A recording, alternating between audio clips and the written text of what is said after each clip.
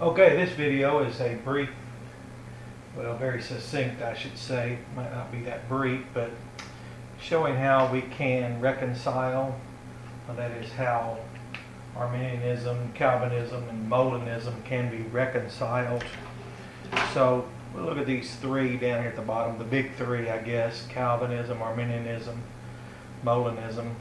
A lot of people debate or banter, but as far as synthesizing it, doesn't happen often. So, for example, these big four: free will, sovereignty, theism, end times, and then soteriology.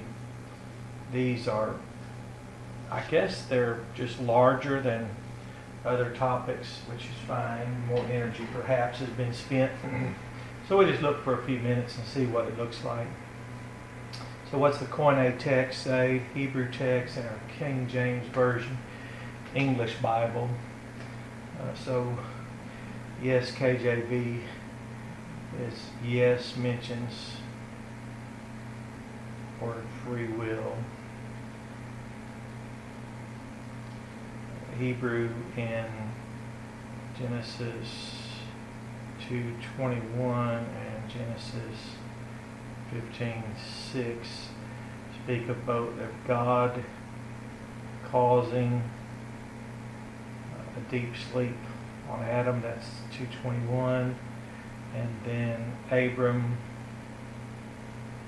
caused himself to believe.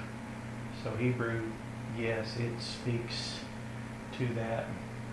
The Koine text speaks of there's kinds of action, intense mood, voice.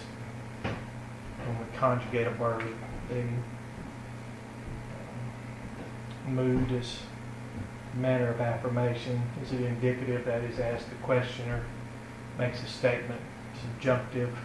In the subjunctive, there's deliberation. Deliberation. That is, man does something deliberately. For example, in John 20:31. John 20:31. 20:31. A person's asked to, or informed that the purpose of the gospel to have been written and remain on record is in order that you all might deliberately cause yourselves, causation being carried over or learned from the Hebrew Bible.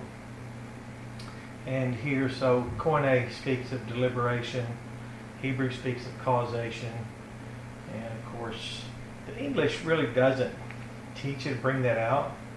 So you can really see why in the West English readers, speakers would be really remiss. We don't really have that brought to our attention. So that's why we don't condemn Calvinism or assault Arminianism, especially not the people. All of us come from pre-understandings. So free will is, well, let's go down here to Calvin. Teaches when it comes to free will, Calvin has a compatibilism.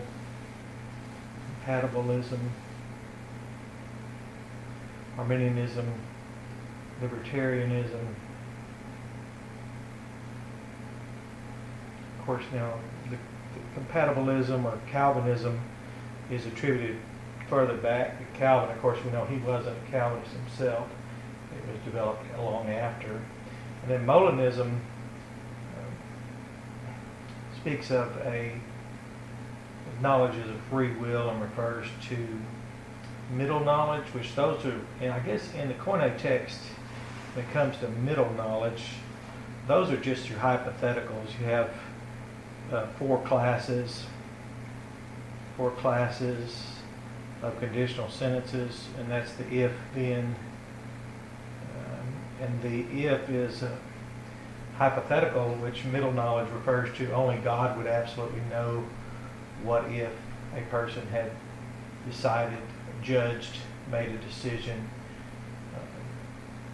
one way or another, how that would turn out. So compatibilism has Molinism has a middle knowledge in it. That is a term that for those of you who study language, you know that's just simply the conditional sentences. Hebrew has a conditional. Hebrew has conditional sentences. Speaking of if, teaching hypotheticals. So that would show in favor of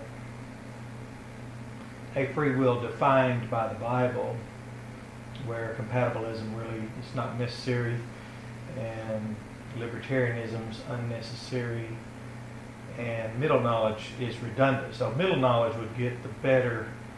Middle knowledge, or Molinism, is closer here. So that's a big smiley face for Molinism.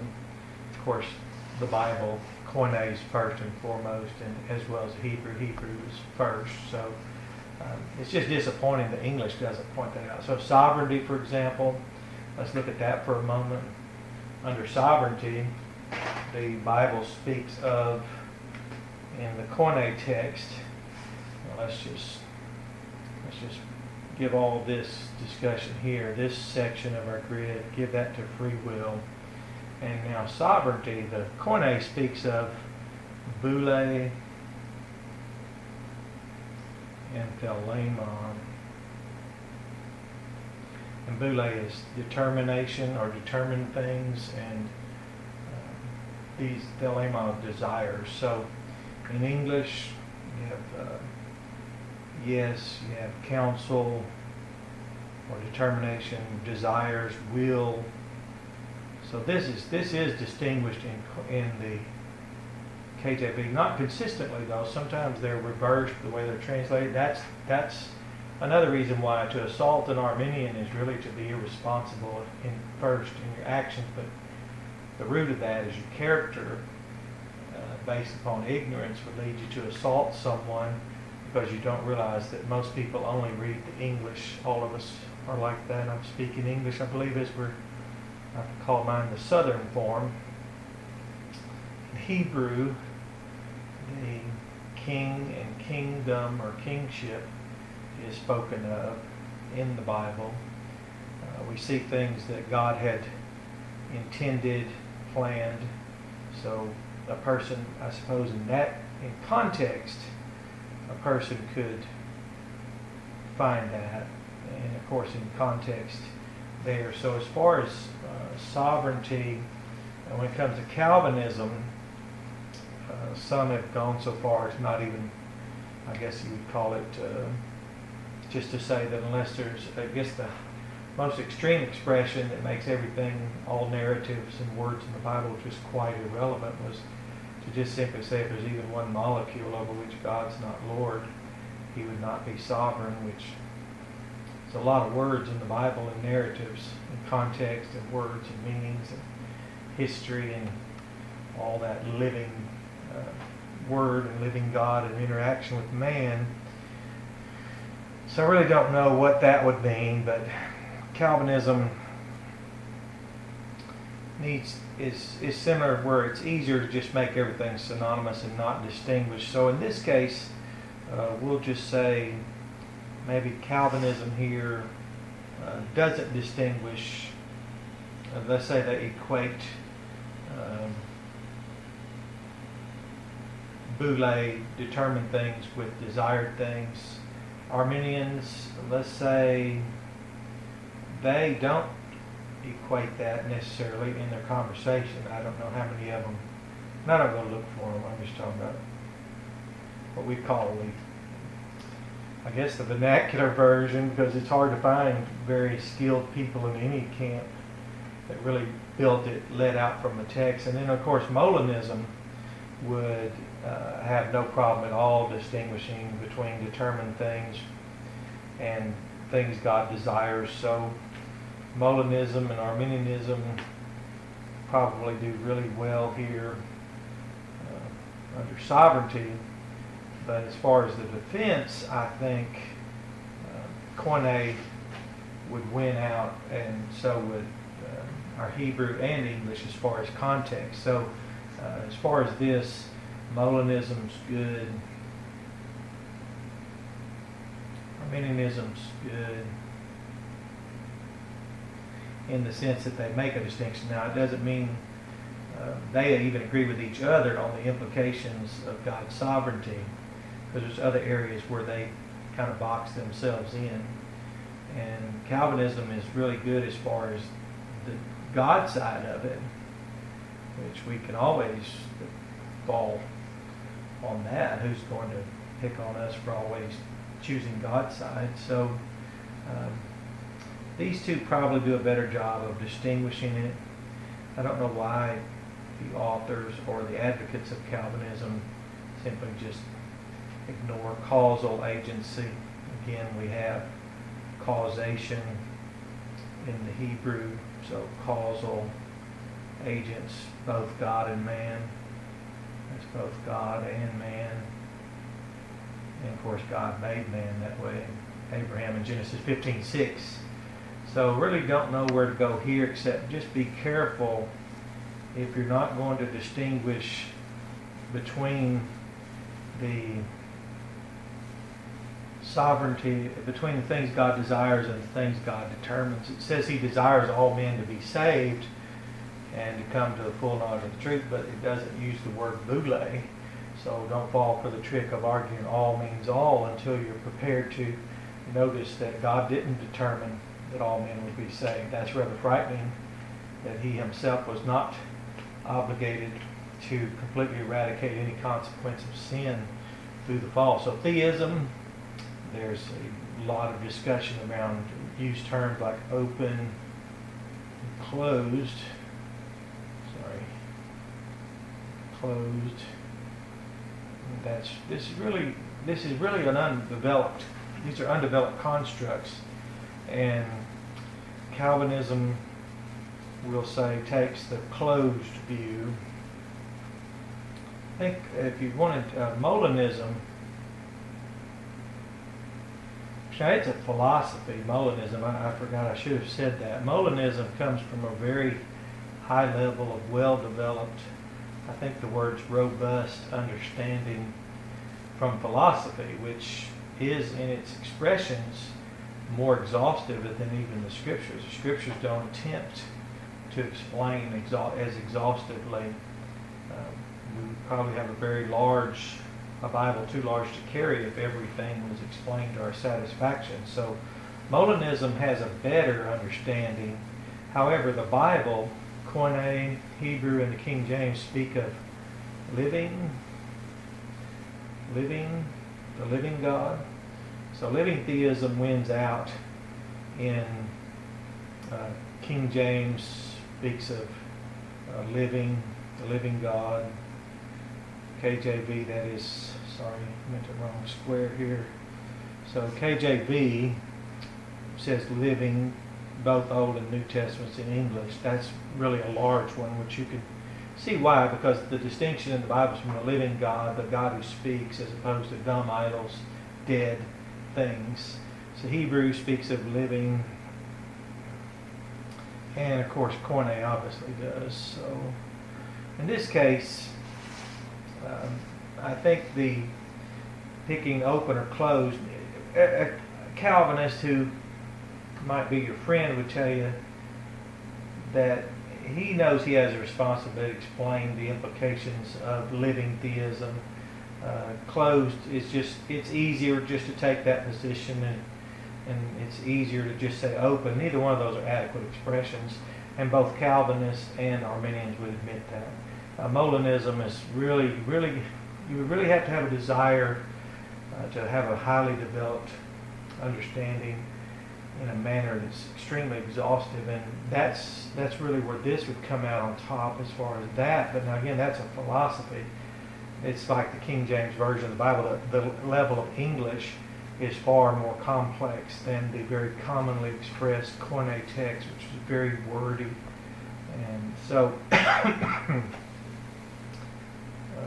Calvinism will take the closed position, which these are just both sides of the same coin. Both sides have the same responsibility. I'd recommend you study Molinism for your curiosity, but the context would be better. I don't actually advocate Molinism at all.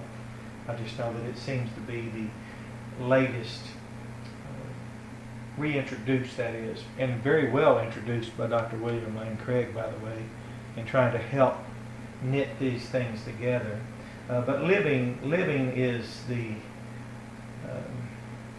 terminology of the Bible, and only in context and the implications can be found that we could appreciate that. So I'd go back to King James, English, Hebrew text, and Koine, and you'll find living to be very adequate. The context very frightening, meaning very much convicting in every sense of that word.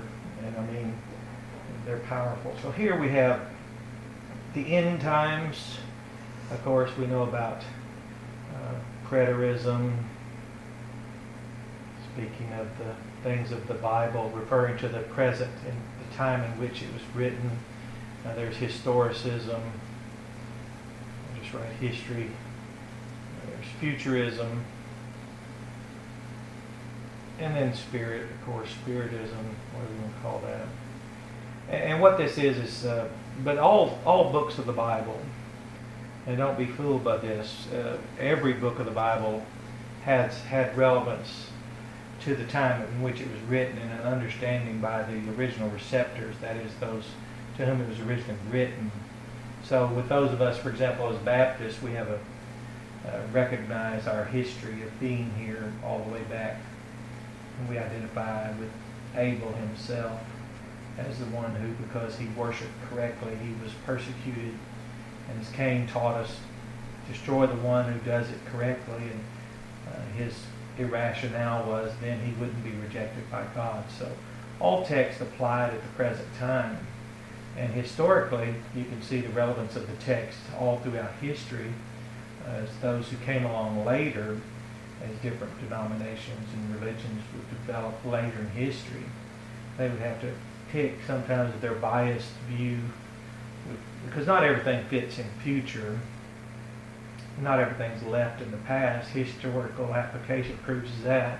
And all words in the Bible are spirit. They're spirit-breathed. So where do we go here? Our King James really doesn't help us in the idea of determining eschatology.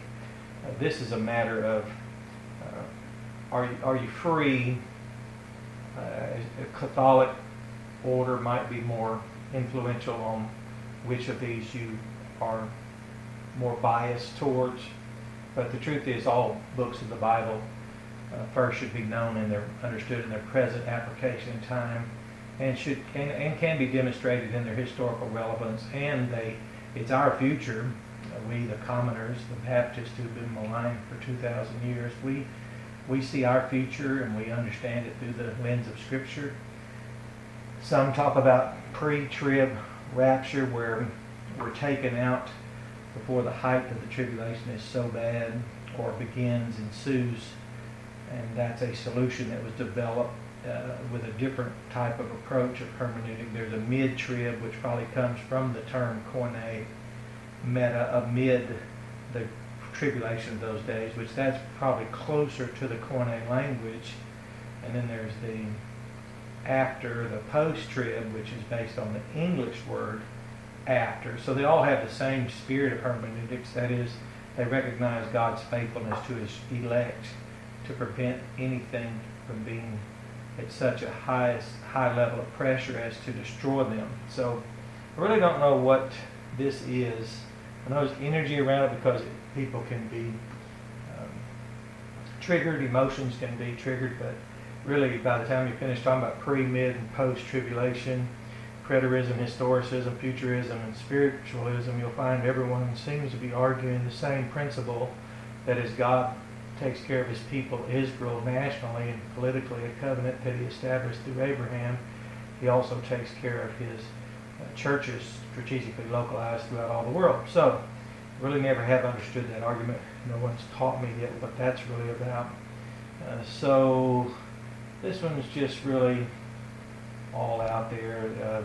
Koine, of course, is somewhat disappointing in that it doesn't allow a rapture to be separated or severed from the resurrection. That disappoints a lot of people because all of us are like that. When the text doesn't support what we want to teach, our bias comes out in us. But soteriology, this is one that's just real interesting. And no, Calvinism, Arminianism, and Molinism. I know Dr. Craig has demonstrated that pre-trib. He's shown it.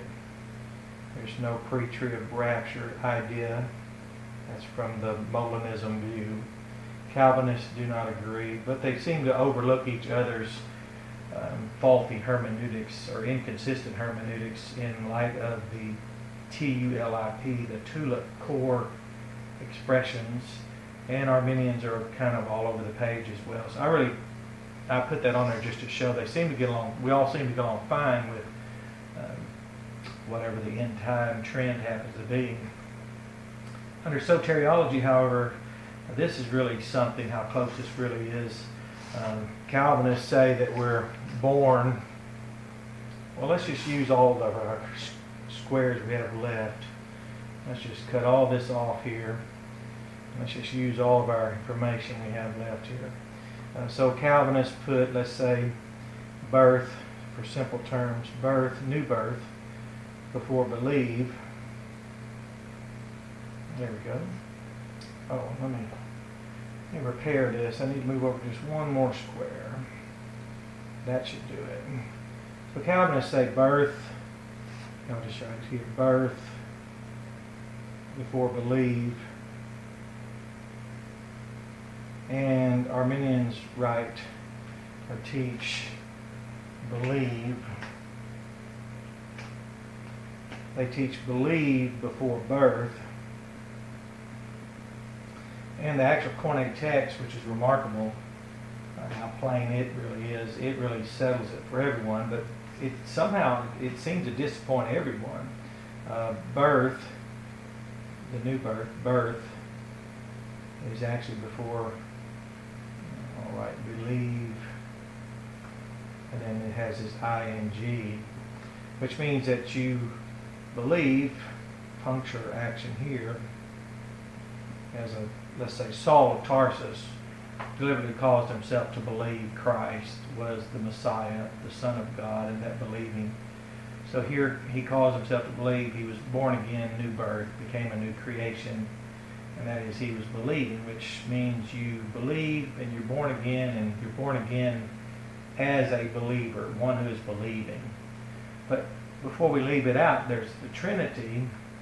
So we find in the Bible the Father is always fathering. That's in 1 John 5:1. You can go to the end of 1 John. There are several places where the perfect tense of Father. The Son is always saving us, and the Holy Spirit is the seal. Our seal, He is the guarantee. He is guarantee of the inheritance of us. So you see how this doesn't help. Arminians do not like this. I remember I was accused of being an Arminian by Calvinists and accused of going into Calvinism by Arminians. And when I sat down and looked at the Bible, the Calvinists do not at all place believe here. Now Koine does. Koine places believe before the new birth. Read John 20:31. Read 1 John 5:1. It lays it out perfectly. So you'll disappoint Calvinists with believe. You'll disappoint Arminians with believing and once fathered, always fathered. There's several texts of that. You can look that up easily. Once we are saved by the Son, we are always being, passive voice, saved by the Father passively. So the Father's actively involved, the Son's actively involved, and the Holy Spirit is the guarantee. So with the Trinity Himself involved directly now with the believer that we become. So yes, we are born again before we become a believer in the idea of a believing continuous on, but we are not born again before we believe in puncture action. So you can see how close that is. That's why to assault an Arminian is really out of character for a child of God, and to condemn a Calvinist is out of character when you find out how close it is. That's why we're getting a lot of feedback from people that are angry from both sides of the fence. And no, we're not straddling the fence. We're like Matthew 11, as Jesus said, on one side there's pouters, and the other side there's pipers, and we continue to follow Him. But Molinism now would have no problem with any of this. So when it comes to that, again, that philosophy, it's very well developed, and that is the form of it that Dr. William Lane Craig presents, I should say. That should qualify that. I have no idea what Molina ever taught. Certainly if you quote Molinism, the word, you then are liable for any attribution errors or attribution qualities, positive or negative, assigned to you. But Calvinism is so close, and Arminianism is so close, that only those of us who are out, as the Baptists taught me, they were neither Calvinist nor Arminian, and I was very impressed with that. I've always wanted to learn and study enough to know why people could live separately from that. So this was kind of, it's elementary. It's good for a conversation.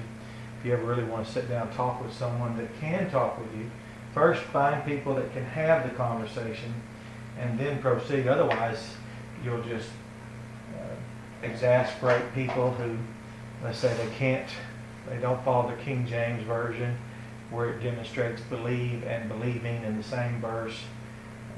Neither of those believe and believing are an old English expression. They don't notice it. None of us like to have something pointed out that we've missed. So really build the relationship, but as these videos have helped us, we have a platform to show how we can reconcile these things together. This is enough. This is plenty for a good introduction. So let's just stop here. And it's a good place to start to get a conversation going.